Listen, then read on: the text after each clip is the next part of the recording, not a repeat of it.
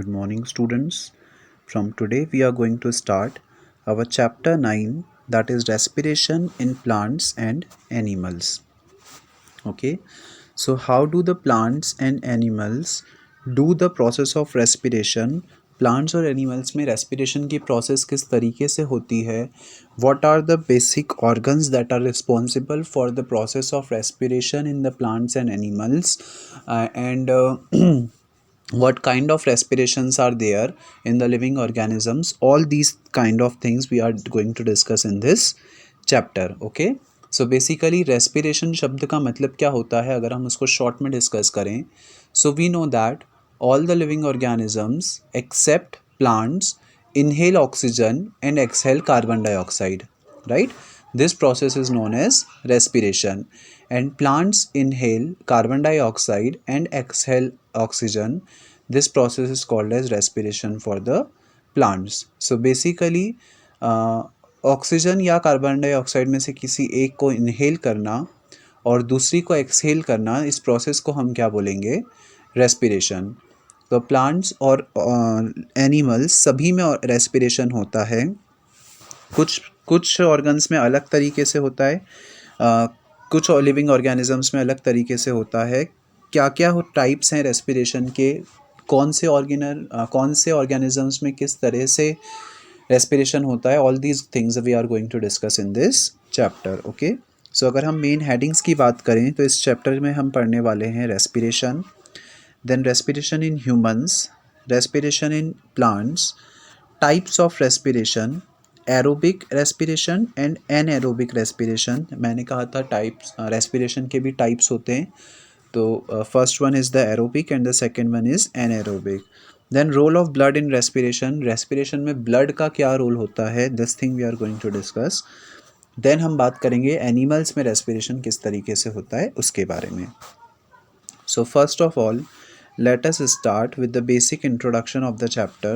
So students, you have to read along with me. Earth is a biosphere with complementary systems integrated to produce a sustained life. हमको पता है अर्थ एक biosphere है, मतलब यहाँ पर अलग अलग टाइप के लिविंग ऑर्गेनिजम्स साथ में रहते हैं by depending upon each other, right? जिसमें बहुत सारे अलग अलग सिस्टम्स हैं जिससे कि वो लाइफ को सस्टेन करते हैं, राइट? मतलब अर्थ पर लाइफ पॉसिबल है only because of the all these systems. Plants and animals are the two primary systems in the biosphere's cycle of life. अगर हम लाइफ की बात करें तो जो दो मोस्ट इम्पॉर्टेंट सिस्टम हैं तो वो हैं प्लांट्स और animals, right?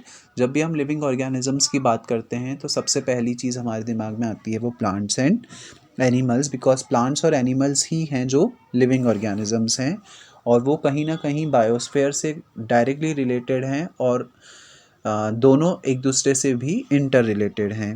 With plants exhaling oxygen through photosynthesis, plants क्या करते हैं? फोटोसिंथेसिस की प्रोसेस से अपना खाना बनाते हैं और इस प्रोसेस के बाद ऑक्सीजन को एक्सहेल करते हैं, राइट? तो हमको ऑक्सीजन कौन देता है? प्लांट्स देते हैं. This thing we know. And animals inhaling oxygen through lungs and exhaling carbon dioxide as a byproduct. और बाकी जितने भी एनिमल्स हैं, दूसरे जो ह्यूमन बींग्स हैं, वो सब क्या करते हैं? उसी ऑक्सीजन को इनहेल करते हैं अपने लंग्स के द्वारा और कार्बन डाइऑक्साइड को रिलीज़ करते हैं, राइट? तो सारे ही लिविंग ऑर्गेनिजम्स में इस तरह की रेस्पिरेशन की प्रोसेस होती है जो कि ऑक्सीजन को इनहेल करके कार्बन डाइऑक्साइड को एक्सहेल करते हैं. And plants is the exception. Plants oxygen को एक्सहेल करते हैं और कार्बन डाइऑक्साइड को इनहेल करते हैं. So plants require carbon dioxide to live and flourish with their end product again becoming oxygen. तो हम ये कह सकते हैं कि प्लांट्स को सर्वाइव करने के लिए कार्बन डाइऑक्साइड की ज़रूरत होती है और उनके रेस्पिरेशन के बाद जो ऑक्सीजन निकलती है उस ऑक्सीजन से हम लोग सर्वाइव कर पाते हैं, राइट? इसका मतलब प्लांट्स और एनिमल्स दोनों ही एक दूसरे से इंटर रिलेटेड हैं, एक दूसरे पे डिपेंडेंट हैं अपने रेस्पिरेशन के लिए. This balancing process of complementary systems is called respiration and photosynthesis. और इसी बैलेंसिंग प्रोसेस को हम क्या बोलते हैं, मतलब जैसे प्लांट्स एनिमल पे डिपेंडेंट है अपने रेस्पिरेशन के लिए, वैसे ही एनिमल्स भी प्लांट्स पर डिपेंडेंट हैं अपने रेस्पिरेशन के लिए। इसका मतलब वो दोनों एक दूसरे को बैलेंस करते हैं। तो हम ये कह सकते हैं कि रेस्पिरेशन और फोटोसिंथेसिस दो कॉम्प्लीमेंट्री सिस्टम्स हैं जो कि दोनों एक दूसरे को बैलेंस करते हुए चल रही हैं, right. So all the living organisms require energy to do work. हमको पता है कि अगर हमको कोई भी वर्क करना है तो उसके लिए हमको एनर्जी चाहिए, राइट। अगर एनर्जी ही नहीं होगी तो हम कोई भी वर्क परफॉर्म नहीं कर पाएंगे। Without energy then stop doing work. अगर एनर्जी नहीं होंगी तो हम वर्क स्टॉप कर देंगे या वर्क जो है वो नहीं कर पाएंगे। Our body needs energy to carry out various metabolic functions such as nutrition, transportation, excretion and reproduction. हमारी बॉडी को बहुत सारे अलग अलग फंक्शंस करने के लिए एनर्जी की ज़रूरत होती है। आपको पता है हमारी बॉडी बहुत सारे फंक्शंस करती है, डाइजेशन, रेस्पिरेशन, एक्सक्रीशन, ट्रांसपोर्टेशन, बहुत सारे अलग अलग फंक्शंस हमारी बॉडी में कंटिन्यूसली चलते रहते हैं। इन सबको बोला जाता है मेटाबॉलिक फंक्शंस। सो हमारी बॉडी को मेटाबॉलिक फंक्शंस करने के लिए एनर्जी की ज़रूरत होती है। We get this energy from the food that we eat. और वो एनर्जी हमको कहाँ से मिलती है? वो एनर्जी हमको उस खाने से मिलती है जो खाना हम खाते हैं, राइट।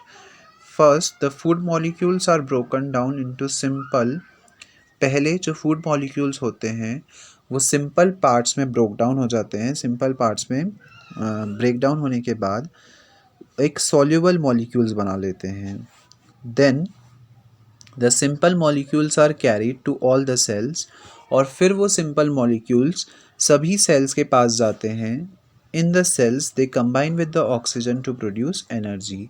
और वहाँ वो उन सेल्स के साथ कंबाइन होके ऑक्सीजन प्रोड्यूस करते हैं। वहाँ पर जो ऑक्सीजन प्रेजेंट है वो उस ऑक्सीजन के साथ कंबाइन होकर एनर्जी को प्रोड्यूस करते हैं और इस तरीके से खाना खाने के बाद हमको एनर्जी मिलती है, राइट। बिकॉज जो फूड मॉलिक्यूल्स है वो सिंपल पार्ट में ब्रेक डाउन हो जाता है और वो ब्रोकन डाउन फूड पार्टिकल जब हमारे सेल्स या मॉलिक्यूल्स के पास जाते हैं तो वहाँ से ऑक्सीजन रिलीज़ होती है और उस ऑक्सीजन से बेसिकली हमको एनर्जी मिलती है। The process which help breaking down of food in our body to release energy in the presence of oxygen is termed as respiration। और इस पूरी प्रोसेस को बोला जाता है रेस्पिरेशन। जब फूड पार्टिकल ब्रेक डाउन होकर एनर्जी रिलीज करते हैं तो इस प्रोसेस को हम बोलते हैं रेस्पिरेशन। ओके, सो रेस्पिरेशन अगर हम सिंपल टर्म्स की बात करें तो ऑक्सीजन को इनहेल करके कार्बन डाइऑक्साइड को एक्सहेल करना, ये सिंपल लैंग्वेज में होगी। लेकिन अगर हम बायोलॉजिकली उसको समझें, सो जब हम फूड ईट करते हैं तो उस फूड का सिंपलर पार्ट्स में ब्रेक डाउन होना और उससे एनर्जी रिलीज़ होना, इस प्रोसेस को बोला जाता है रेस्पिरेशन। ओके, बेसिकली वो जो प्रोसेस है that is just the breathing. Oxygen inhale करके कार्बन डाइऑक्साइड एक्सहेल करना is just the breathing, it's not respiration. But अगर हम एक्चुअल में रेस्पिरेशन को समझें so we can understand it with the above definition. The process of taking in oxygen and giving out carbon dioxide between an organisms and the environment is termed as breathing. The same thing that I have just told you, अगर हम oxygen को inhale कर रहे हैं और carbon dioxide को exhale कर रहे हैं तो इस प्रोसेस को हम क्या बोलेंगे? Breathing. When we breathe in, we suck air into parts of our body called lungs. जब भी हम ब्रीद इन करते हैं, मतलब हम सांस लेते हैं, तो बेसिकली हम क्या कर रहे हैं? हम ऑक्सीजन को हम ऑक्सीजन को सक कर रहे हैं, राइट। और ऑक्सीजन को सक हमारा कौन सा बॉडी पार्ट कर रहा है? ऑक्सीजन को सक हमारा लंग्स करते हैं, राइट। सो बेसिकली जब हम ब्रीद इन करते हैं, मतलब सांस लेते हैं, तो लंग्स ऑक्सीजन को सक कर लेते हैं। Lungs are full of tiny tubes of blood. Lungs basically क्या है? लंग्स बहुत सारे छोटी छोटी ट्यूब से मिलकर बने होते हैं और उन ट्यूब्स में क्या होता है? ब्लड भरा होता है। The oxygen in the air goes through the tiny the oxygen in the air goes through the tiny tubes into the blood and the blood carries it to all other parts of the body. जो oxygen हम inhale करते हैं वो oxygen उन tubes में चली जाती है और उन ट्यूब्स में जाने के बाद वो दूसरे बॉडी पार्ट्स तक भी इसी तरीके से ट्रांसफ़र हो जाती है और इस प्रोसेस को ही क्या बोला जाता है, respiration. Thus the respiration is characterized by a following acts. So respiration में बेसिकली 3 मेन एक्ट्स होते हैं. सबसे पहला, the food is used up, जो खाना हम खा रहे हैं उसका यूज़ किया जाता है एनर्जी को प्रोड्यूस करने में. सो सेकेंड पार्ट हो गया energy is produced. And the third is exchange of gases occur. Obviously oxygen को इनहेल करके कार्बन डाइऑक्साइड को हम एक्सहेल कर रहे हैं, तो बेसिकली क्या हो रहा है, गैसेस का एक्सचेंज हो रहा है, राइट. सो अगर हम रेस्पिरेशन को समझें with the help of the diagram, यहाँ पे आपको ह्यूमन बॉडी का डायग्राम दे रखा है. यहाँ से हम ऑक्सीजन को रेस्पिरेशन की प्रोसेस को समझ सकते हैं. This is the nasal cavity. यहाँ से हम ब्रीद इन करते हैं, मतलब सांस लेते हैं, और वो एयर, वो ऑक्सीजन यहाँ हमारे लंग्स तक जाती हैं. These are the lungs. और ये जो ट्यूब्स दिख रही हैं आपको, these tubes contain the blood vessels, और यहाँ पर वो ऑक्सीजन ब्लड वेसल्स के साथ कंबाइन हो जाती है और फिर वो हमारे दूसरे बॉडी पार्ट्स तक जाती है. नाउ रेस्पिरेटरी सिस्टम में और भी दूसरी बहुत सारी चीज़ें हैं, जैसे कि pharynx, larynx, trachea, bronchi, lungs, diaphragm, bronchioles. इन सभी ऑर्गन्स का क्या रोल होता है हमारे रेस्पिरेटरी सिस्टम में, this thing we will discuss in later in the chapter. So now we shall proceed further. The entire process of respiration involves two processes. So respiration की पूरी process में basically 2 processes होती हैं. First one, breathing और external respiration. Breathing मतलब oxygen को inhale करके carbon dioxide को एक्सहेल करना, जिसको हम एक्सटर्नल रेस्पिरेशन भी बोलते हैं. और दूसरा सेल्यूलर रेस्पिरेशन या इंटरनल रेस्पिरेशन. दूसरा रेस्पिरेशन वो हो गया जो ऑक्सीजन ब्लड के साथ मिलता है और एनर्जी को प्रोड्यूस करता है. ये पूरी प्रोसेस इंटरनली होती है हमारी बॉडी में, हम उसको बाहर से ऑब्जर्व नहीं कर सकते हैं. That's why it is called as internal respiration या सेल्यूलर रेस्पिरेशन, क्योंकि वहाँ पे सेल्स रेस्पायर कर रहे होते हैं. That's why it is called as the cellular respiration. Okay, now we shall discuss breathing or external respiration in detail here. The process of taking in oxygen and giving out carbon dioxide is called external respiration. So external respiration, as I have just told you, जब हम oxygen को inhale करके carbon dioxide को exhale करते हैं तो इस process को हम क्या बोलते हैं, एक्सटर्नल रेस्पिरेशन या breathing, right. The process of taking in oxygen rich air is called inhalation and giving out carbon dioxide rich air is called as exhalation. तो जब हम ऑक्सीजन को इनहेल करते हैं तो इसको हम बोलते हैं इनहेलेशन, और जब हम कार्बन डाइऑक्साइड को रिलीज़ करते हैं तो उसको बोलते हैं एक्सहेलेशन. तो जब आप टेक इन कर रहे हो या इनहेल कर रहे हो तो that process is called inhalation, और इनहेल किसको कर रहे हैं, ऑक्सीजन को. और जब हम एक्सहेल कर रहे हैं कार्बन डाइऑक्साइड को तो this process is called as exhalation. I hope it is clear to all of you. Now a number of times a person breathe in a minute is called breathing rate. 1 minute में कोई person जितनी बार gases का exchange करता है या breathe करता है उसको हम क्या बोलते हैं, ब्रीदिंग रेट. मतलब 1 मिनट में हम जितनी बार ऑक्सीजन इनहेल करके कार्बन डाइऑक्साइड रिलीज़ करेंगे उसको हम बोलेंगे breathing rate. Both inhalation and exhalation takes place. A breath means 1 inhalation plus 1 exhalation. और एक ब्रीथ का मतलब क्या होता है, 1 complete inhalation and 1 complete exhalation. तो जब आप एक बार कंप्लीट इनहेल करके एक्सहेल कर लेते हो तो उसको हम बोलेंगे 1 ब्रीथ. तो 1 मिनट में ऐसे टोटल कितनी ब्रीथ हो रही हैं उसको हम क्या बोलेंगे, breathing rate. Now cellular respiration और इंटरनल रेस्पिरेशन से हम क्या समझते हैं. एक्सटर्नली तो हमने समझ लिया, ऑक्सीजन को इनहेल करके कार्बन डाइऑक्साइड को रिलीज़ करना, that is called as the internal respiration, अगर हम एक्सटर्नल रेस्पिरेशन। अब अगर हम इंटरनल रेस्पिरेशन की बात करें या सेल्यूलर रेस्पिरेशन की बात करें, तो सेल्यूलर रेस्पिरेशन क्या होता है, that we are going to discuss here. This process involves exchange of gases in the cells where oxygen is used as carbon dioxide is released along with water and energy। ये वो process होती है जिसमें कि gases का exchange होता है sales में। जब सेल्स गैसेस का एक्सचेंज करते हैं तब जहाँ पर oxygen is used and carbon dioxide is release, जहाँ पे ऑक्सीजन यूज़ की जाती है एनर्जी को रिलीज़ करने के लिए और कार्बन डाइऑक्साइड रिलीज़ की जाती है along with water and energy. So basically हम ये बोल सकते हैं कि जब सेल्स रेस्पायर करते हैं, जब सेल्स में रेस्पिरेशन होता है तो उसको बोलेंगे सेल्यूलर रेस्पिरेशन। या जब फूड ब्रेकडाउन होकर ऑक्सीजन के साथ मिलता है और एनर्जी को रिलीज़ करता है तो इस प्रोसेस को हम बोलते हैं इंटरनल रेस्पिरेशन। ओके, अगर हम इस प्रोसेस को एक केमिकल इक्वेशन के फॉर्म में समझें तो आपको पता है the food we eat that is in the form of glucose. Basically हम जो खाना खाते हैं वो ग्लूकोज के फॉर्म में होता है, जिसका फॉर्मूला होता है C6H12O6। जब वो ऑक्सीजन के साथ मिलता है दैट इज़ 6O2, यहाँ पे ऑक्सीजन के 6 मॉलिक्यूल्स मिल रहे हैं। तो ये 6 और CO2 अलग हो जाता है, मतलब कार्बन डाइऑक्साइड के 6 मॉलिक्यूल्स रिलीज़ हो जाते हैं along with 6 molecules of water, और कुछ एनर्जी भी इस प्रोसेस में रिलीज़ होती है।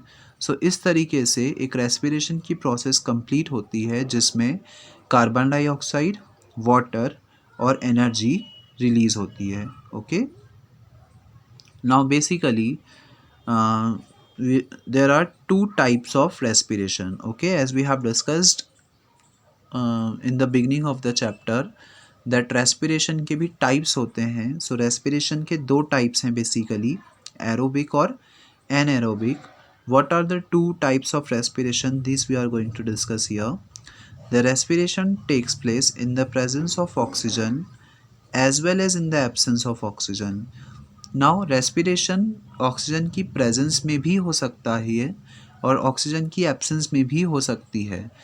अभी तक तो हमने पढ़ा था कि हम ऑक्सीजन अगर नहीं होगी तो रेस्पिरेशन की प्रोसेस पॉसिबल नहीं है, बट कुछ ऑर्गेनिजम्स होते हैं जो ऑक्सीजन की एब्सेंस में भी रेस्पिरेशन कर सकते हैं और उस टाइप के रेस्पिरेशन को हम बोलते हैं एनएरोबिक रेस्पिरेशन। एरोबिक रेस्पिरेशन जब ऑक्सीजन प्रेजेंट होगा तो उसको बोलेंगे एरोबिक रेस्पिरेशन। जब ऑक्सीजन प्रेजेंट नहीं है और ऑक्सीजन की एब्सेंस में कोई प्रोसेस रेस्पिरेशन की प्रोसेस हो रही है तो that is called as the anaerobic respiration. So aerobic respiration तो क्लियर होगा आपको, ऑक्सीजन की प्रेजेंस में जब हमने ऑक्सीजन इनहेल की और उससे एनर्जी रिलीज़ हुई तो उसको हम बोलेंगे एरोबिक रेस्पिरेशन। अब एनएरोबिक रेस्पिरेशन के यहाँ पे हम एरोबिक रेस्पिरेशन को डिस्कस करते हैं। Aerobic respiration takes place in the presence of oxygen and is carried out in the bodies of almost all the living animals and plants. Aerobic respiration जो है वो ऑक्सीजन की प्रेजेंस में होता है और ऑलमोस्ट सभी टाइप के लिविंग ऑर्गेनिजम्स में एरोबिक रेस्पिरेशन हमको देखने को मिलता है, राइट। केवल कुछ ही ऐसे ऑर्गेनिजम्स होते हैं जो एनारोबिक रेस्पिरेशन करते हैं, otherwise most of the living organisms जो हैं उनमें एरोबिक रेस्पिरेशन ही होता है। In aerobic respiration there is complete oxidation of glucose and carbon dioxide, water and energy are released. जब हम एरोबिक रेस्पिरेशन की बात करते हैं तो एरोबिक रेस्पिरेशन में ग्लूकोज और कार्बन डाइऑक्साइड का कंप्लीट ऑक्सीडाइजेशन हो जाता है, और जब इनका कंप्लीट ऑक्सीडाइजेशन हो जाता है तो कार्बन डाइऑक्साइड, वाटर और एनर्जी जो है वो रिलीज़ होती है। सो बेसिकली जो खाना हम खा रहे हैं उसका अगर कंप्लीट ऑक्सीडाइजेशन हो जाता है तो उस प्रोसेस को बोला जाता है aerobic respiration. Aerobic respiration produces a considerable amount of energy for the use of the organisms, right. So जो एरोबिक रेस्पिरेशन होता है जो एरोबिक रेस्पिरेशन होता है बेसिकली वो कंसिडरेबल अमाउंट ऑफ एनर्जी को रिलीज़ करता है, मतलब एरोबिक रेस्पिरेशन में ज़्यादा एनर्जी रिलीज़ होती है सो दैट हम उस एनर्जी को यूज़ कर पाएँ. The chemical equation for this type of respiration is given below.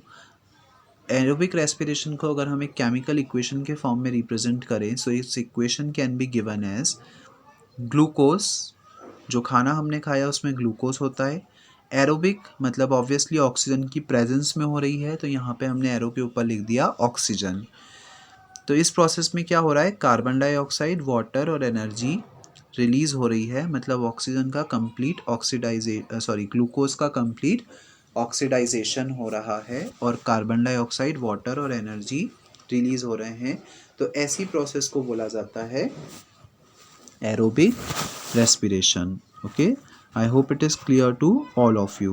Now students, here one activity is given to you that you have to read by your own.